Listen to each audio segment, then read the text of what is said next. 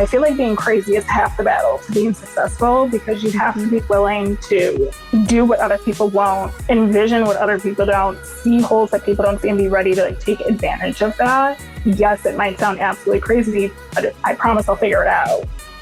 That's Tiffany Bishop. I'm Kara Duffy, and this is the Powerful Ladies Podcast.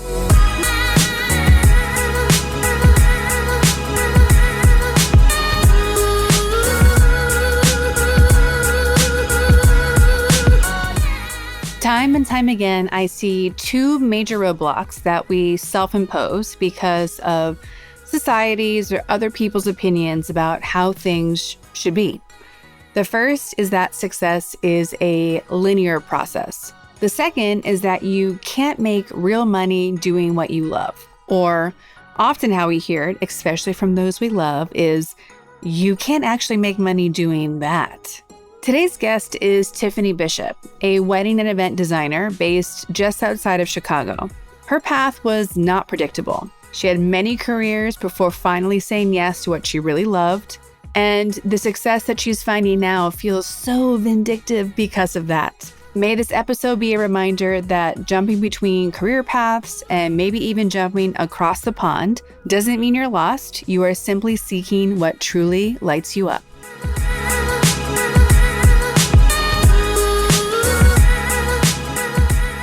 Welcome to the Powerful Ladies Podcast. Thank you. Thank you for having me.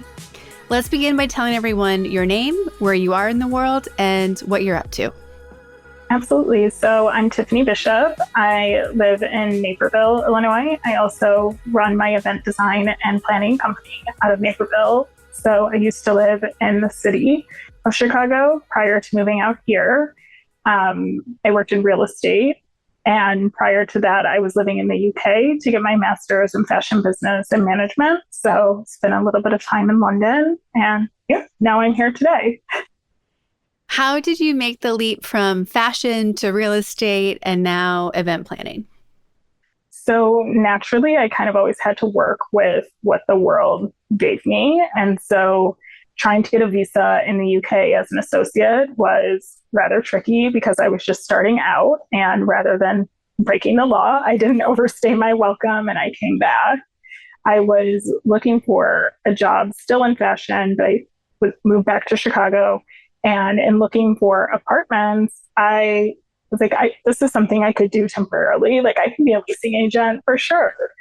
And when I took it on as a temporary role, it turned into an entire 6-year-long career. So I started out as a leasing agent on the rental side and then moved over to sales. When I was still doing rentals, we had to do weekly events for our residents along with one large quarterly event. And my colleague at the time hated anything to do with events or setup or the pressure of dealing with it. And since that was one aspect of the job, I get it. We had like over 900 residents in that building. It's a luxury high rise. It was high pressure for customer service, for getting rentals, and then throwing the events on top. But it was something that always just came naturally to me. And it was a lot of fun coming up with the different concepts and decorating in different ways of how to bring the community together. So over time, my family then started asking me to do different bridal showers and baby showers and gender reveals, birthday parties. And I kind of became my family's in-house event planner. Yeah. So one thing led to another. It always had like a special place in my heart. I guess the anchor of all of those things would be that I really find a lot of joy in bringing value to people's lives in different ways. So whether that's making a special occasion meaningful to them, finding them the right home, like those are all things that are incredibly personal. Mm-hmm. And it just really warms my heart and fills my cup to know that I'm able to facilitate that for them. Mm-hmm. Well, and event planning is a no joke business. Like there's, as you mentioned, a lot of pressure, a lot of customer service components. And then on top of that, you have to be a multi-hyphenate if you're not just planning the event, but also being the vendors within the event as well.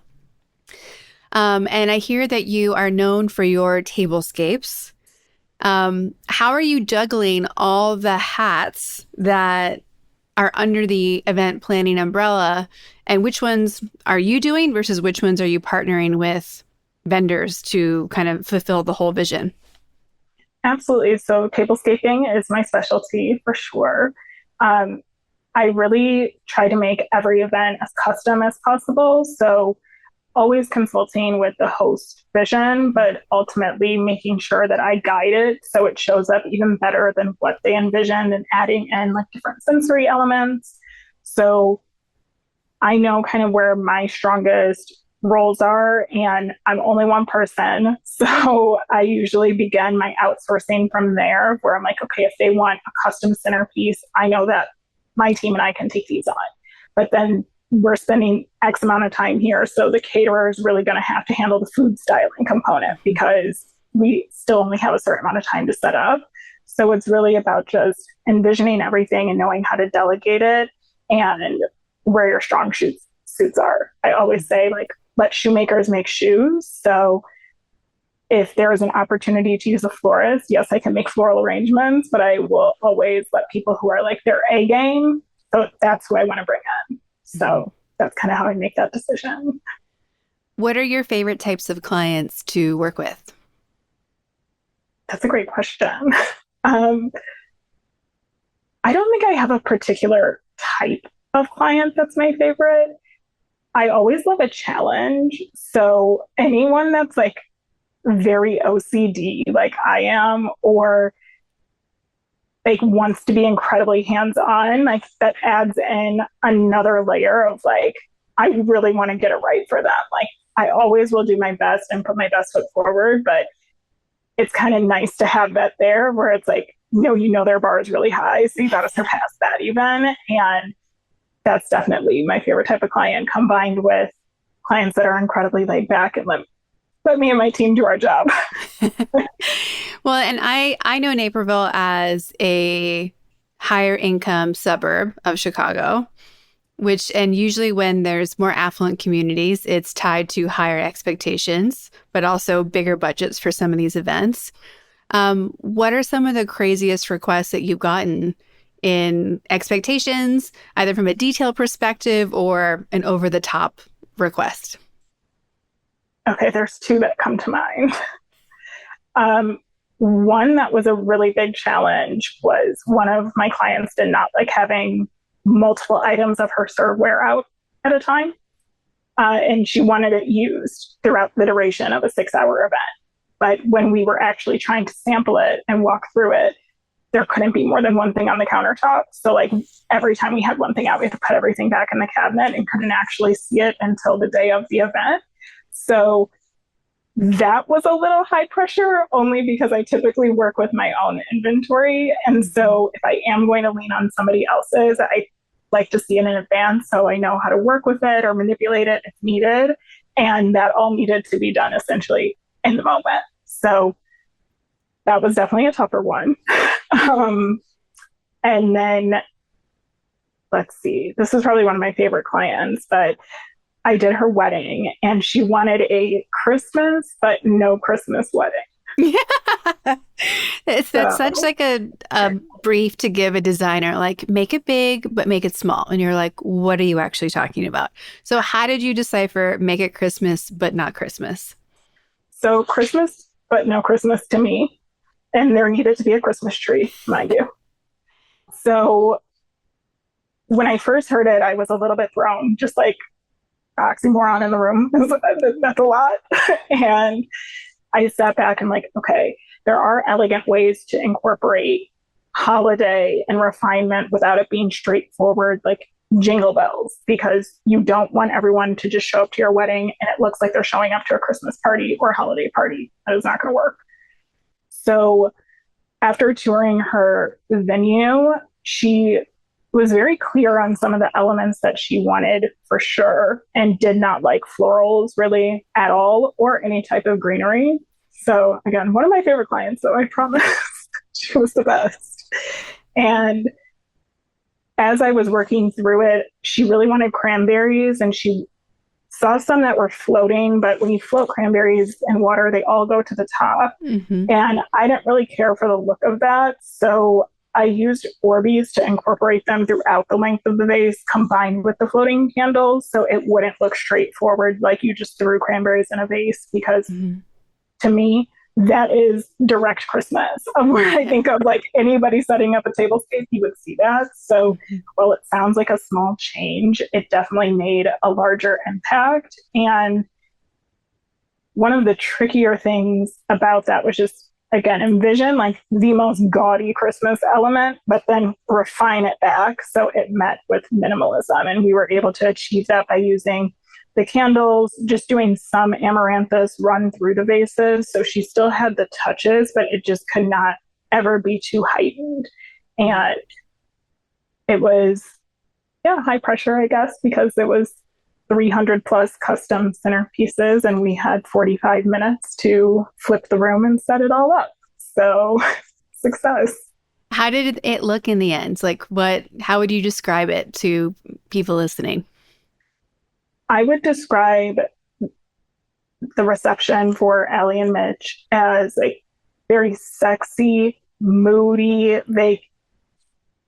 It just felt so comforting and very regal as well, because all the lighting was incredibly dim. So when we did the flip, a curtain went around and no one saw it, like other than the chairs that were there for the ceremony. So she was really the only one that knew kind of what it was going to look like, because I only did one mock-up of a table for her.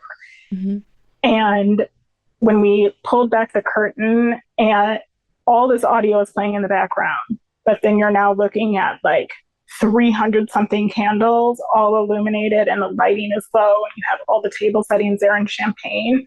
Like there was almost like an audible gasp that was heard behind, because they did not understand how we moved 200 chairs out, 50 tables in, and like got it all done. Yeah, that must have been very rewarding for you. It was incredibly. It actually changed the trajectory of my career path.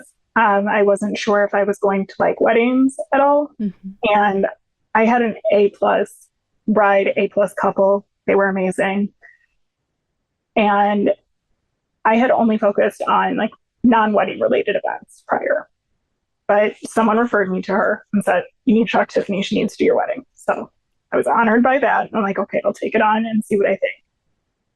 I always tell her this, like, I know it was your wedding, but that was one of the best days of my life. I had so much fun. My team, like, they had a great time, even though it was extremely high pressure. Mm-hmm. And something about all those elements coming together and the level of planning that went into it and how much I enjoyed it showed me like, okay, you're ready to take the next step. Mm-hmm. So I did exactly that. You know, when you think about like fashion to event planning, like to me, there's a lot of correlations because it's a mix of the business side plus the creativity side. Like I can see that bridge. Real estate in the middle was like a first entrepreneurial step. So I can see how it's all starting to come together to make, you know, where you are now all makes sense, right, in hindsight.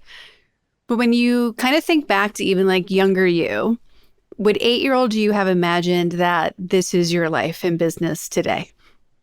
Never at all.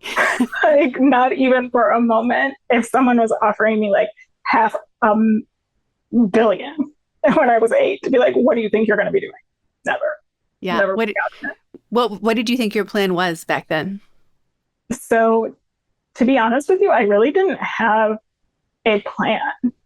And I know that sounds a little bit scary, especially now that I have developed into more of a type A personality. It's like, if a younger person told me that they don't have a plan, I'd be like, even myself, I did not have, like, I wasn't just thinking, oh, I want to be like a doctor when I grow up or do this.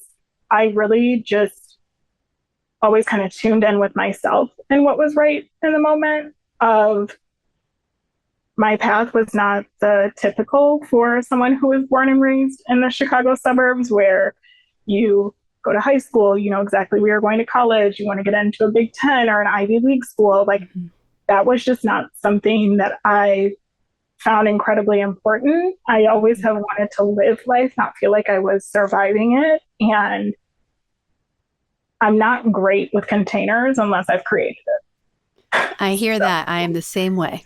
it. Yeah. Tell me what Unless to I, do and I will rebel against it. Thank you. exactly. So with taking that path and approach into like my adult life, I really just had to go after things fearlessly. Like I've always worked since I was 18. Um, I used my associates combined with my work experience to go get my master's in the Mhm. UK. And originally, I was supposed to go to pharmacy school because I was studying computer science. And I bailed on that the day of my orientation and had to call my parents and tell them the only thing I like about pharmacy school is the lab coat. And therefore, I don't think it's right. Yeah. Yeah. Probably a smart choice. Yes. Yeah. So I really just had to lean into, well, yes, it's not the most stable path and it's not written. To me, it's arguably the most scary because it's Mhm. not, you're not able to predict the outcome. So I really have to rely on my own self confidence and Mhm. resilience and just trust my intuition that, like, yes, this is a correct decision Mhm. for you and how you're actually going to find success in this world. I think a lot of people listening want us to go back and have you clarify, how did you combine your associate's degree with your work experience to get into not just a master's program, but a master's program abroad? Because I think some people don't even know that that's an option to do. Yeah, so I'm happy to clarify. I was an international student. So I will clarify just there's a difference between studying abroad of when you leave your usual like college semester for a Mhm. term and then go to another country versus being an international student. You are actually living there. You are considered a temporary resident and Mhm. citizen of that country.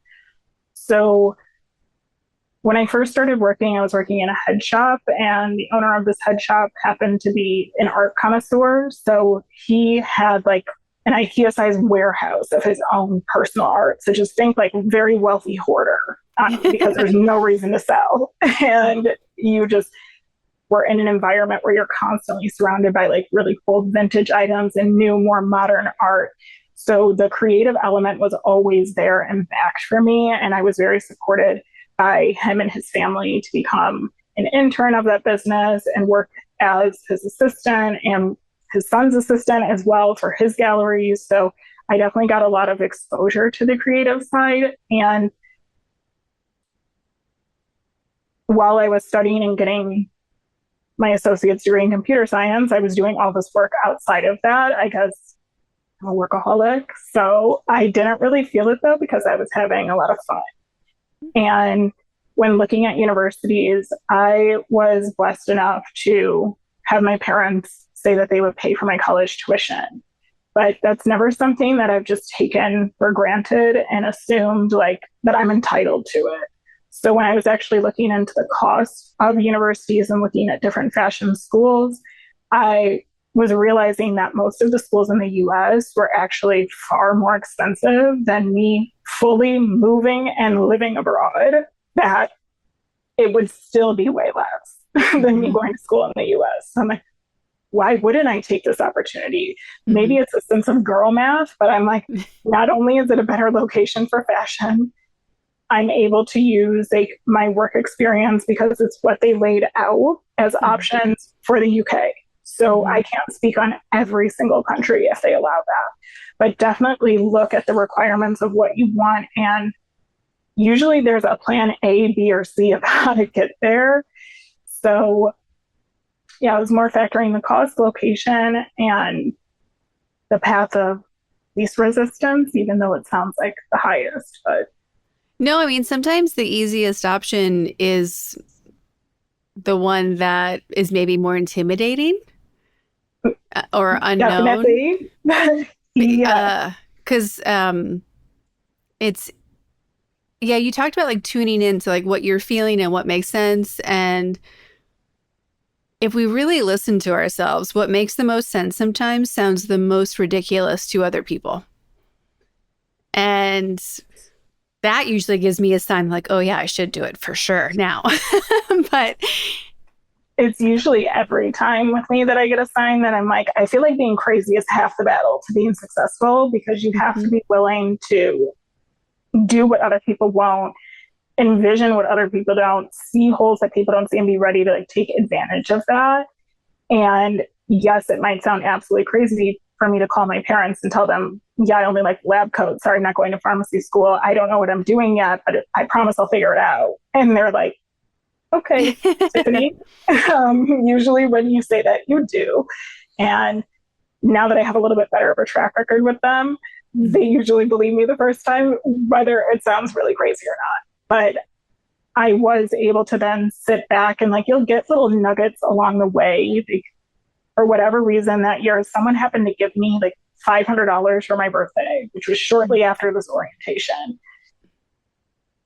I took the $500, got a ticket to London, but through a student airline website. So I flew as a student, even though I wasn't, so I could get a really cheap ticket, and then stayed in a room in an Airbnb, didn't have cell phone service, just told my parents again last minute, this is where I'm going. And yeah, I was out of there. So yeah, as soon as I went to visit, I'm like, this feels like home. It feels supernatural. Like the first thing that I did when I got there was go to the grocery store. And it was like as if I was just picking up a life that I already lived. And like, Hmm. yeah, this is it. So I took a look at the schools and then started narrowing it down from there. Does it make you want to go back someday to London? Do you think that's in your future? I could definitely see it. At one point, I really could not see myself living anywhere else. And I think it was because I was fortunate enough to live in London through the eyes of a student and not someone starting out in their career path, because it Hmm. is incredibly expensive and it can easily become depressing because you are surrounded by very large amounts of wealth and luxuries. So things that everyday people in the UK make seem very accessible, it's not. And it can almost make you kind of question, like, is it me? Am I doing something wrong? Like, I must be not budgeting the correct way, because they make it look really easy. So I could see myself going back, but Hmm. definitely a little bit later on in my career, I would love to go back and do like fashion brand launches there. Yeah. Yeah. With with this business you have now, what are you most proud of? And then where have you had like the biggest either struggle or frustration point? So I'm definitely most proud of the fact that I didn't give up and listen to the noise around me, because there was a lot of judgment on me for wanting to do event planning or people not understanding the styling component of it. And then once people actually saw the product and the result, it's like, oh, we get it. That's really beautiful. But for me, having to sit back and turn that into a business that can sustain my life is a completely different story. So I took the first like 4 months out of the year and just started throwing things at the wall on TikTok to see what would end up sticking, because I worked on a real estate team and I was not ready to walk away fully. And I wanted to kind of make sure my process was bulletproof and the strategy was bulletproof. So I had to come up with really cost effective ways to do what I was best at, which at the time was organization and decorating. But I did not have it within my budget to set up mock setups of tablescapes that cost thousands of dollars, like enough to put out content every week. That just wasn't within my personal budget. But what I was able to do was what's now coined as fridgescaping. This was something that was part of my real estate job. We had to decorate the refrigerators in the model. So over the course of time, every time I would go to do the fridge, I loved to do it when I was working in real estate. I'm like, this is such a fun task. It's so random. But then when I would go home, I thought my own fridge was like garbage. So slowly but surely, I ended up becoming more organized with it and adding more adornments and flowers and little things. So when I posted that video, it kind of blew up and went viral, I guess, with 900,000 views.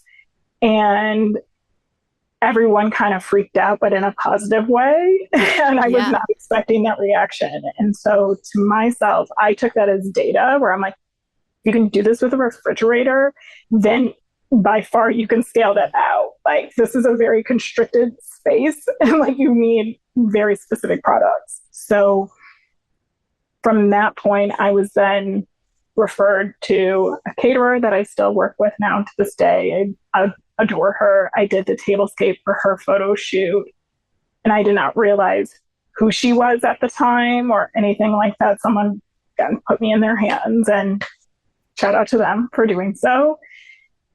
I did her tablescape, and I didn't want to charge. I was like, let me just get this right. Like, I'm just glad I get to do this. Like, I've been on social media in my apartment, like doing things that yes, I care about and do naturally in life, but now like I actually get to go try this on my own and not connected to a property management company or anything like that.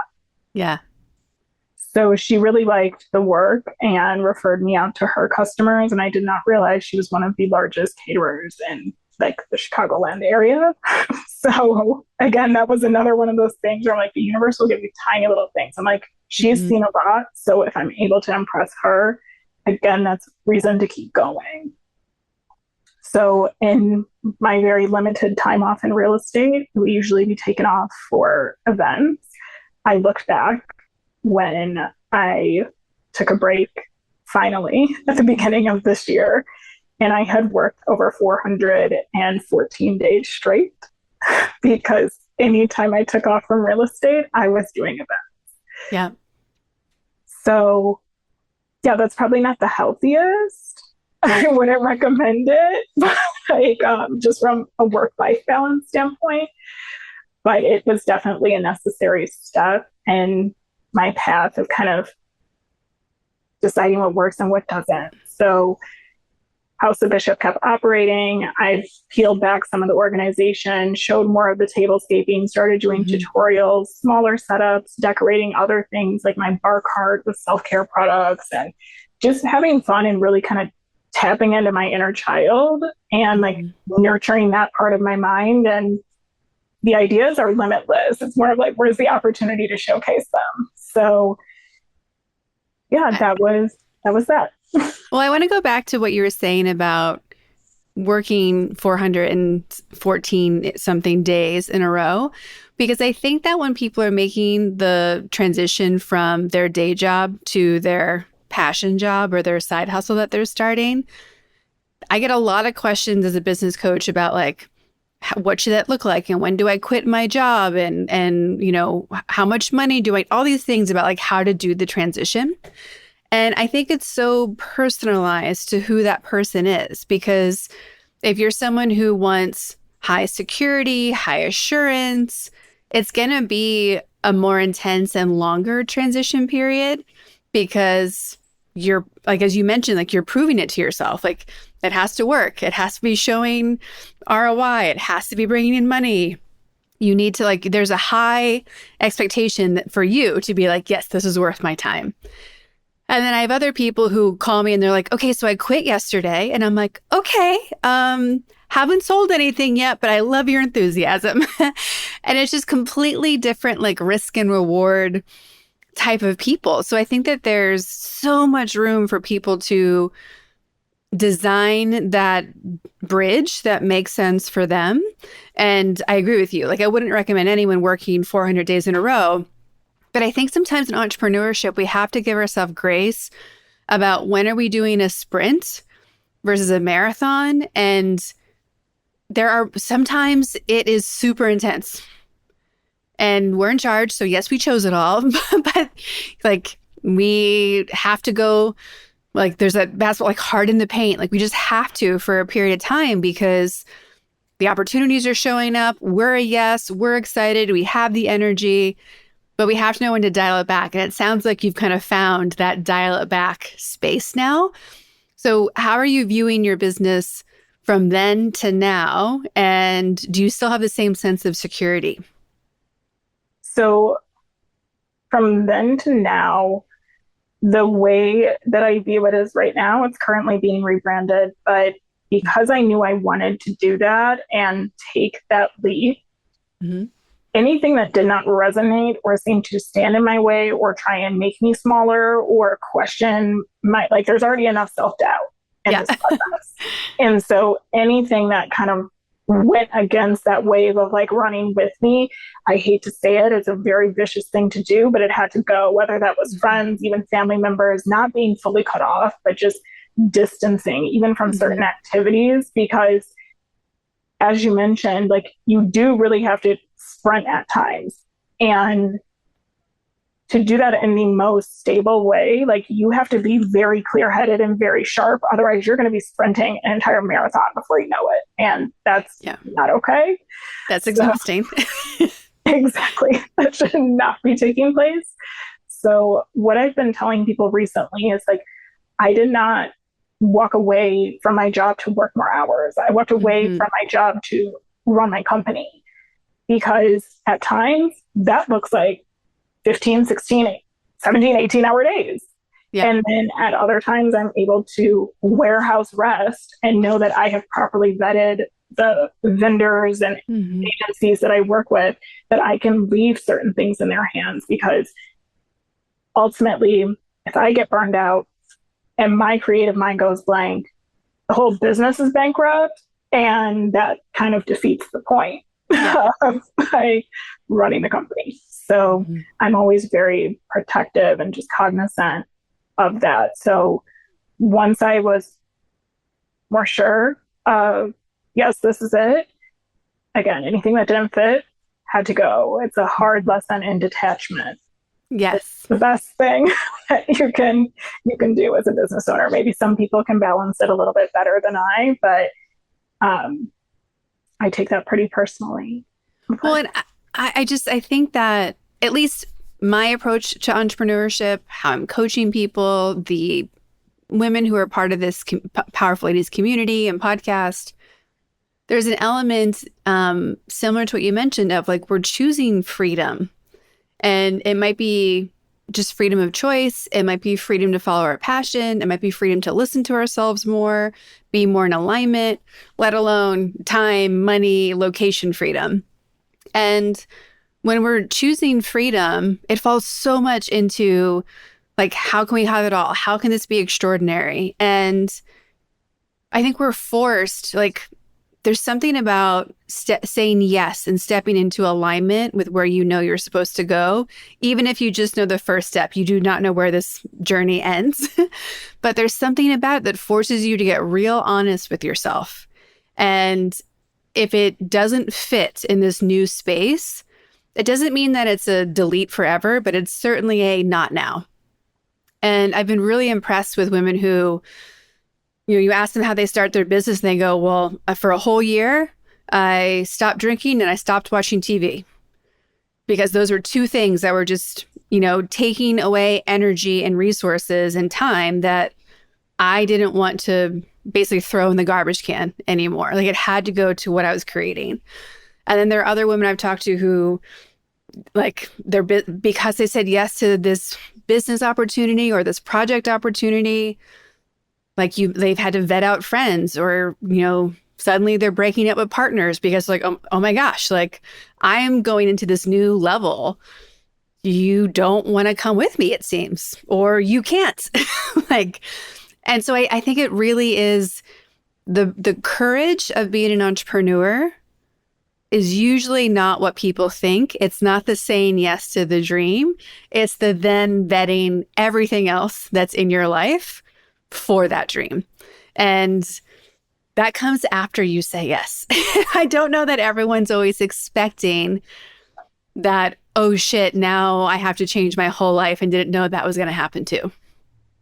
Absolutely. Like, I can say that for myself. I was not expecting to need to do that, but yeah, it takes a lot of courage, because it's sad, you don't want to, but you're forced to operate in that way if you actually would like to survive. And what I kind of compare it to is like, one, you need the courage of, I think it was Bethany Frankel, where she said, like, maybe I in fact do know it all. Like, that's kind of the energy that you have to step to these challenges with. Like, admit, no, you don't, and you're always learning, like, and ready to absorb any information, but also be ready to let somebody know, yes, I do in fact know it all, and you're kind of dragging me right now. So you can't be afraid to do that, because I've definitely seen people be more of a hindrance, like, to themselves. And I don't want that to end up on me, like, as selfish as that is. Like, I kind of need all my guards up at this moment. And that's definitely a really difficult thing to do. It's really emotional. It leads to a lot of solitude, and you have to be content with it and able to sit with it and not look back like, oh gosh, did I like just ruin all these relationships? And now, like, how am I going to rebuild this again? Like, you kind of have to delete that out of your mind. Well, and you have, is the new branding and the old branding the House of Bishop? So that was the old. The old. Okay. And so, but even thinking, like, I don't have the word house in any of my businesses, but I'm often thinking, like, we have to protect the house, because it's not just me. It's protecting the brand. It's protecting the team. It's honoring the people who are just a yes to creating this, Delulu vision with you. And so it's like, it's bigger than me. It's like, we have to protect the house. We have to always be pushing ourselves to honoring that space versus whatever the smaller version of us would be. And so a lot of people have asked me, like, how can you differentiate between, like, what you know is the right thing to do versus having, like, an emotional reaction to a work thing, to vetting, all the parts of your life? Like, how do you separate what's, like, an emotional, temporary, keeping you small feeling versus a knowing that is you going into this bigger version of you? So I would like to bring it back to the word house. Yeah. Because, like you said, you have to protect the house. So for me, House of Bishop was a true representation of my home and what I was able to give as an individual.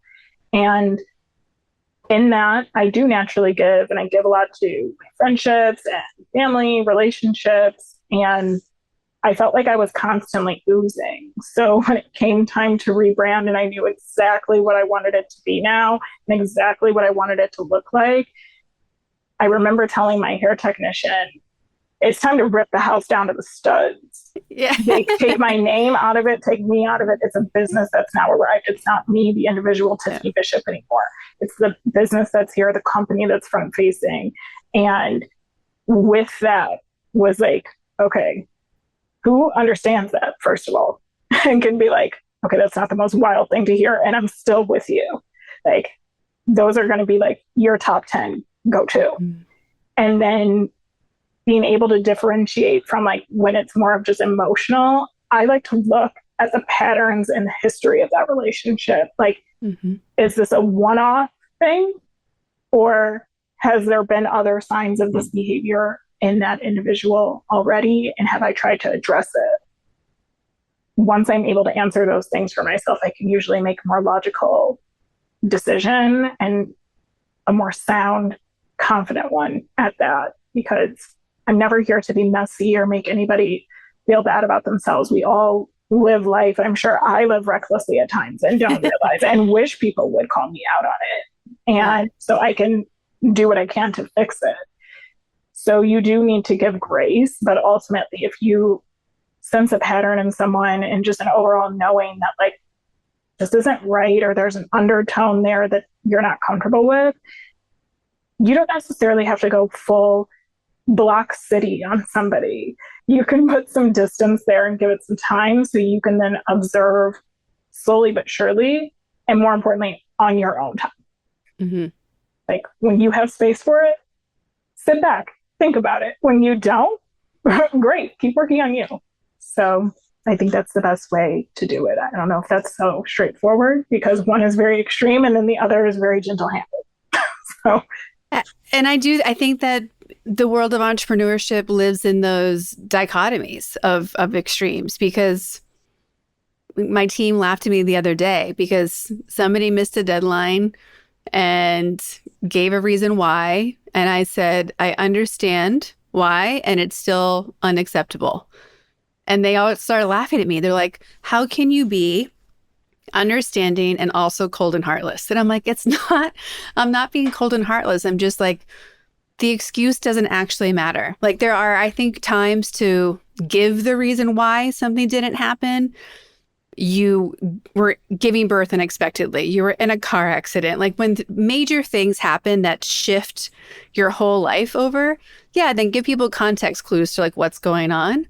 But in the general scheme of things, it's like traffic's not an excuse. My alarm not going off is not an excuse. Like most things we have to do for professional reasons, we didn't find out 20 minutes ago that they had to happen.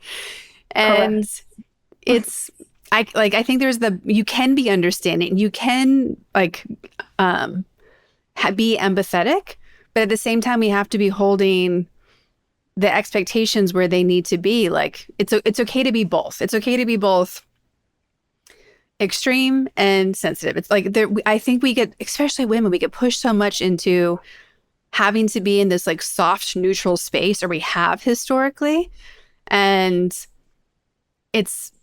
we are so much more multidimensional, and there's so much more room for that version of leadership, I think, to actually help us in our businesses and the teams than historically we've been asked to use.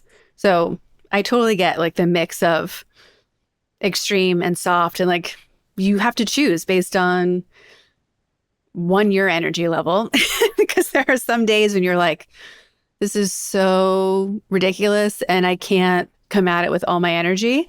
And then there are other days where you're not tolerating anything and people better watch out.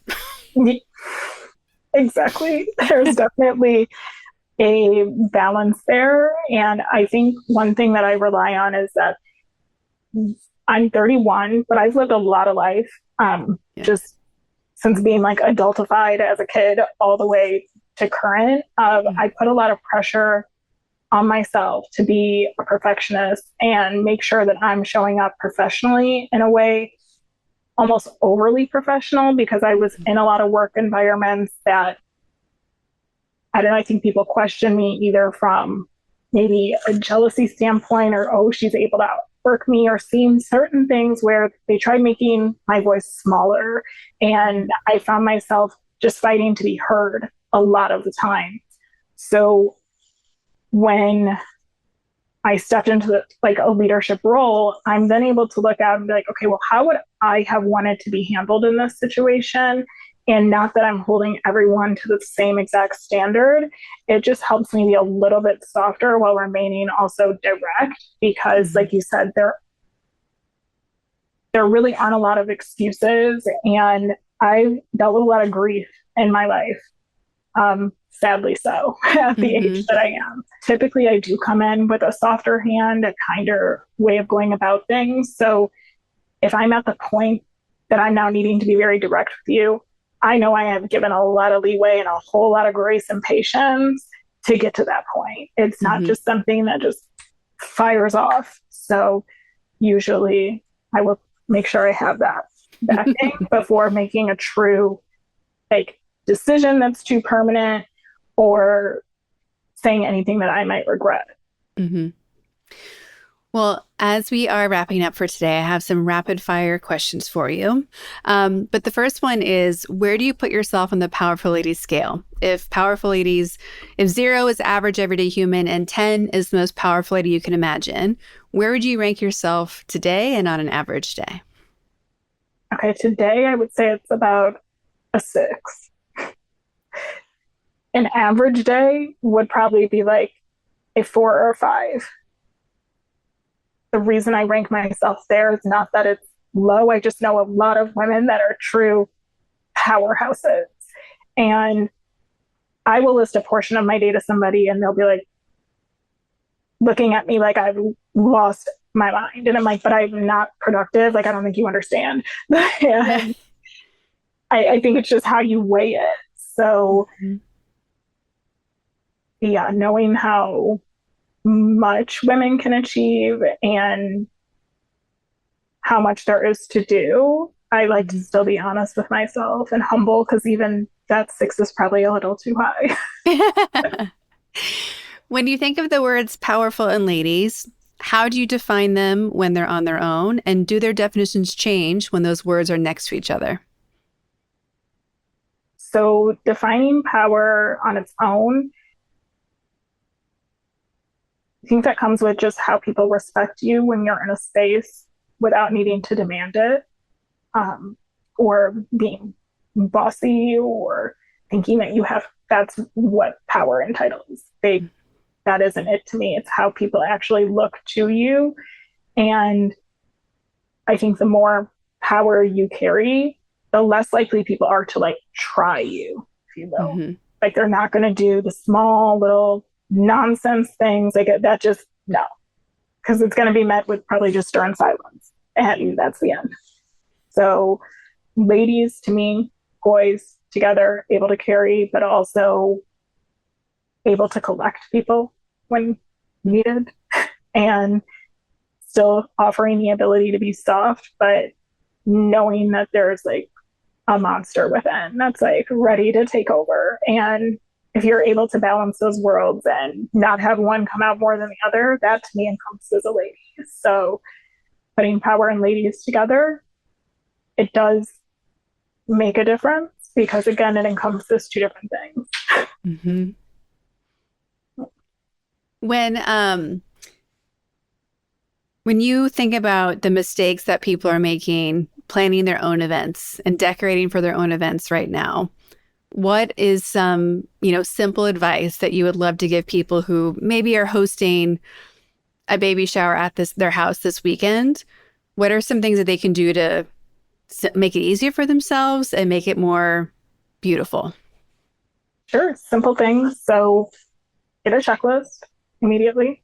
Even if you don't think you need one, even if it's only 10 things, you need a checklist somewhere. And mental does not count. Um, the other thing that I would advise to people, so they're not putting so much pressure on themselves leading up to hosting, is that no one knows what it's supposed to look like other than you, because you've only seen that in your head. So you can go ahead and strip away about what wasn't supposed to be like this, or if you made a mistake and you busted up your floral arrangements, or some of the balloons popped in the arch that you ordered. They take a deep breath. No one knows what that's supposed to look like. You've only seen it in your own mind, and that's just the perfectionist in you getting in the way, because instead of focusing on what went wrong and what could look different, you could be coming up with solutions and plan Bs to that. Mhm. Easy, like that. This community is also powerful, supportive, and loves to help and pay it forward. What is something on your wish list, to-do list? What would you like to put out to this group and see what we can help create for you? So I would love to know of any nonprofits and charities that focus around like art supplies or creativity in general. I have a ton of inventory that ends up like being a hodgepodge. And yes, you can Mhm. always donate it or give it to Goodwill, but I would love to be able to give that back to like kids that are wanting to get more into the creative arts and kind of explore just again a different type of creativity that's not necessarily straightforward, like painting, or like beading, just Yeah. a way that I am able to give those supplies and hopefully provide like an outlet for youth to be more creative and have an encouraging environment, for that, because I think being a creative in this world, being a visionary in this world, it's oftentimes some of the scariest like paths, because you don't have an answer to it. And I think kids that want to get into creative fields might end up getting discouraged. And it's only because people don't understand it because they haven't done it on their own. Therefore, it doesn't make any sense. And Mhm. I would hate to see like anybody that's considering doing something creative kind of shut themselves down, before they give it a real shot. So if there's a way that I'm able to give back, or any like foundations that anyone knows of, that's something that would mean a lot to me, because I would love to get involved. Love that. Well, for everybody who wants to hire you, work with you, support you, where can they find, follow, and reach out to you? So we are on Instagram and all socials under RSVP LXIV. So LXIV is the name of the non-wedding event planning portion of the business. So you will see our Instagram there and our website as well. The website is under construction, but we're building something as beautiful as the tables, because why wouldn't I build an entire 3D world versus just a standard website? So that is what's in process now.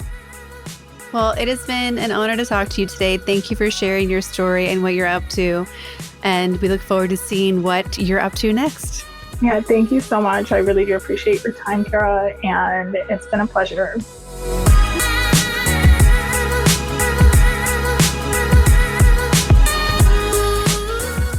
Thanks for listening. If you enjoyed this episode, please subscribe and share it with a friend. Head to thepowerfulladies.com, where you can find all the links to connect with Tiffany, as well as learn more about Powerful Ladies. Come hang out with us on Instagram at Powerful Ladies, and you can find me and all my socials at karaduffy.com. This episode was produced by Amanda Cass, and our audio engineer is Jordan Duffy. I'll be back next week with a brand new episode. Until then, I hope you're taking on being powerful in your life. Go be awesome and up to something you love.